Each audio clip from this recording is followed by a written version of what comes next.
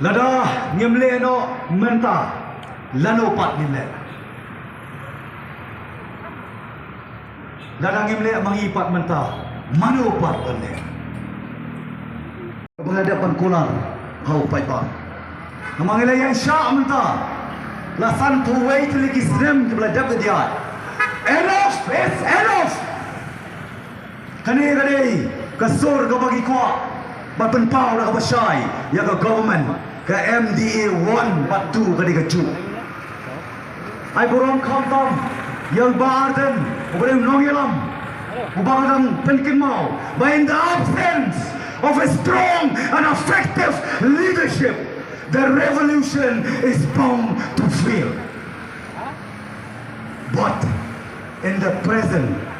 of a strong and effective leadership, we are being able to revive, to restore,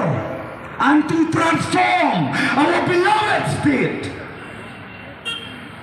Hanya kapor, ni kuat pentau kiat, bagadai kabasyongnya, kabasyonghok, bat kabasyong nongrem, kani ke issue. Kini ibarat na suki, kiyong ana, bagilay sa surok,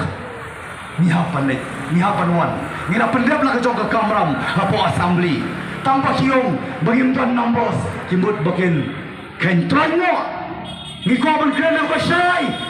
bagimdan ka numbers, hapo assembly, ngidon ka numbers, yapi upay pa. Bagin lah, ban Shuaisha namar ka reservation policy kadai ka kmi harus tu kadai ka trap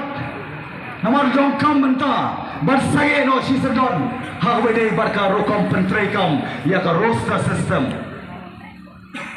baban pai pat ka kmi ka kadai ka reservation policy ka balong outdated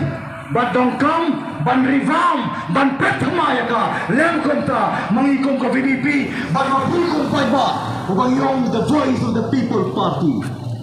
ka voice ka jongi ka voice ka jongpi ba ka voice ka jongi lang paro ngin penki ban penurong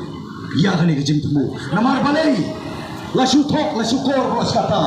kiyong ana bagay ka policy to tep shy bagay ka conspiracy kamday ka policy kani ka jing shala kani ka jing shala pasha yagi kon sama jong kecai peneriu kejongi kamut bangilong komunal kamut bangisi lani bangisun yakiwai pat kecai peneriu ni